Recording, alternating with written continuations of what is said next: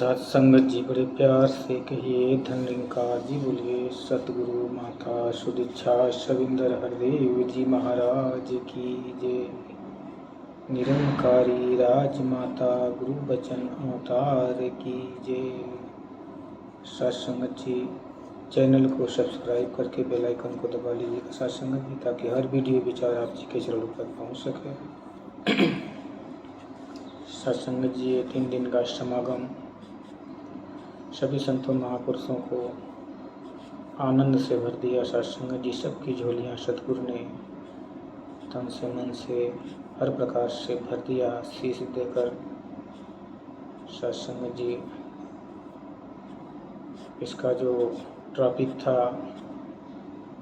विस्तार असीम की ओर, सत्संगत जी तो सत्संगत जी हर इंसान हर क्षेत्र में विस्तार करना चाहता है। ज्ञानी ज्ञान में, किसान अन्न में, व्यापारी व्यापार में, हर क्षेत्र में विस्तार का मूल्यांकन है सत्संगत जी।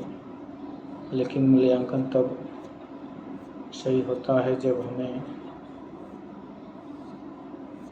इस क्षेत्र में मालूम चलता है कि किस चीज़ का विस्तार हमें करना है। कुछ विस्तार हमें क्षणभंगुर होते हैं जो केवल कुछ दिनों के लिए होते हैं, लेकिन जो परमात्मा का विस्तार है, भक्ति का विस्तार है, प्रेम का विस्तार है सत्संगत जी, ये हमें निरंतर प्रयत्नशील रहने से जीवन में भी सुख देता है और फिर लोक में भी और परलोक में भी दोनों तरफ इस विस्तार का मूल्य होता है। सत्संगत जी कहते हैं कि भक्ति का विस्तार जब करते हैं तो जीवन में आनंद प्राप्त होता है, खुशियाँ प्राप्त होती है, संतों के चरण धूलि प्राप्त होती है, सतगुरु के चरण प्राप्त होते हैं, फिर ये परमात्मा प्राप्त होता है। फिर सत्संगत जी यह विस्तार आगे बढ़ता हुआ इस विराट स्वरूप में बदलने लगता है। इसके बाद ये आत्मा अपने निज स्वरूप को जानकर स्वयं अपना विस्तार कर लेती है। फिर वहाँ इसकी कोई अस्तित्व नहीं रह जाता और ये मुक्त हो जाती है। सत्संगत जी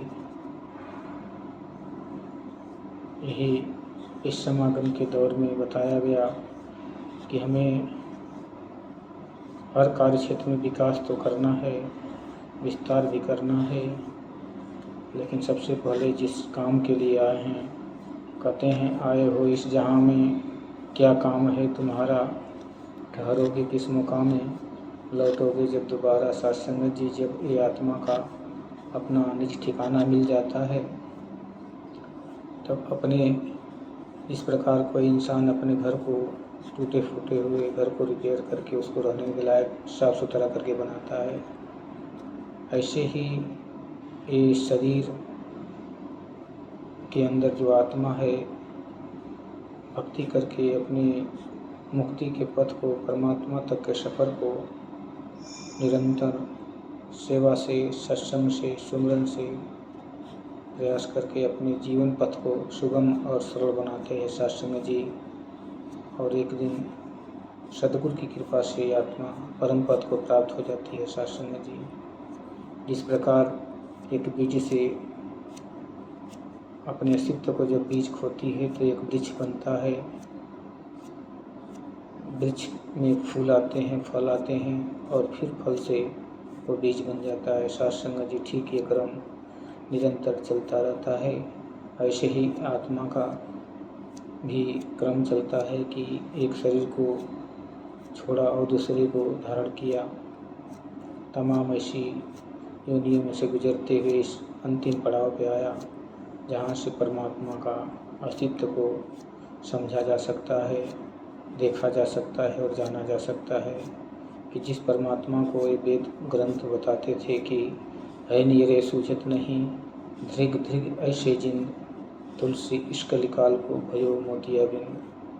जिस परमात्मा की बात संत महापुरुष से सुनते थे, आज वो अवसर आ गया कि हम भी सतगुरु की कृपा से इसका दर्शन कर सकते हैं और कर भी लिया। आप भी इसके दर्शन कर सकते हैं। अगर आपके अंदर ये अभिलाषा है, भूख है, तड़प है, तो आप भी आके सतगुरु के चरणों में अपने आप को समर्पण करके इस विराट स्वरूप असीम को, विस्तार को जान सकते हैं, देख सकते हैं। धड़कन से है मेरे, इसको समझ सकते हैं। सत्संग जी कहते हैं कि भक्ति लोकी ऐसी न सबसे रगनु पाना भक्ति है, छोड़ के सारे भरम भुलेखे गुरु रिझाना भक्ति है। सत्संग जी, भक्ति का मूल मकसद ही है इस परम पद को प्राप्ति, परमात्मा की प्राप्ति। सत्संग जी, बिना परमात्मा को पाए भक्ति संभव नहीं है, चाहे हम कितना भी प्रयास करके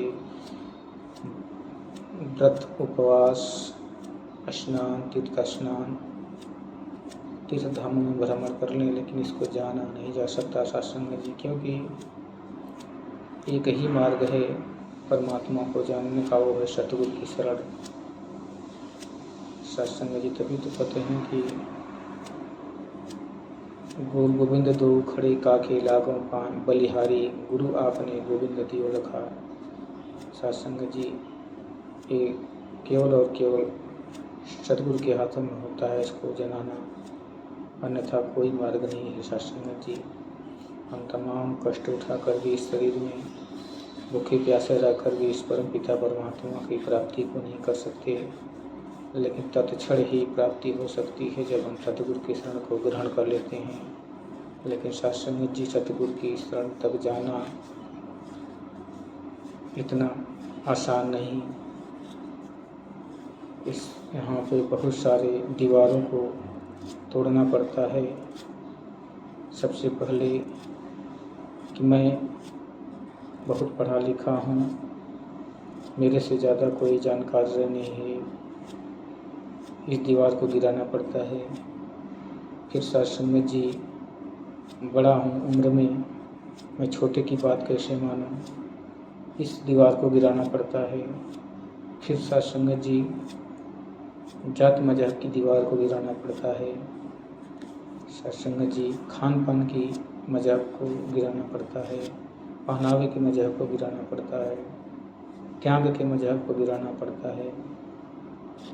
सत्संग जी, तब जाके संत की चरण मिलती है। जब संत की चरण मिलती है तो सतगुरु का चरण स्वयं ही मिल जाता है। सत्संग जी, क्योंकि संत सतगुरु से जुड़े होते हैं और सतगुरु परमात्मा से, ये कड़ियाँ आपस में रिसाइकल की तरह काम करती हैं। सत्संग जी, लेकिन हम संतों को अनदेखा करके अगर बात को नहीं मानते हैं कि ये तो सहज है, हमारे जैसा ही है, जो हम खाते हैं, जो हम करते हैं, ये तो करता है, इसलिए हमें विश्वास नहीं हो पाता, हम धोखा खा जाते हैं।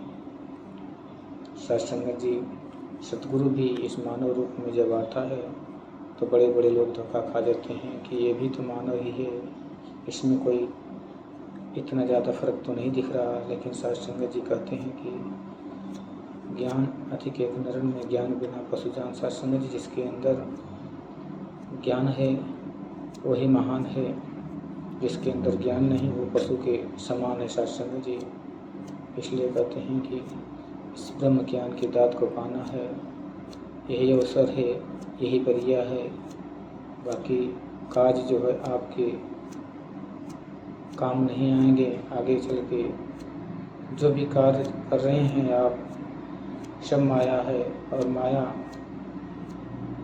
साधन हो सकती है लेकिन साध्य नहीं। सत्संग जी, हमें इस माया का उपयोग करना है, ना कि इसको साध्य बना के जीवन को व्यतीत करना है। सत्संग जी, इसलिए हमें इस माया साधन रूप में मिली है तो इसकी सदुपयोग करके इस जीवन में इस परम पिता परमात्मा को जान लेना है, पहचानना। सत्संग जी, प्यार से कहिए धन्यकार जी।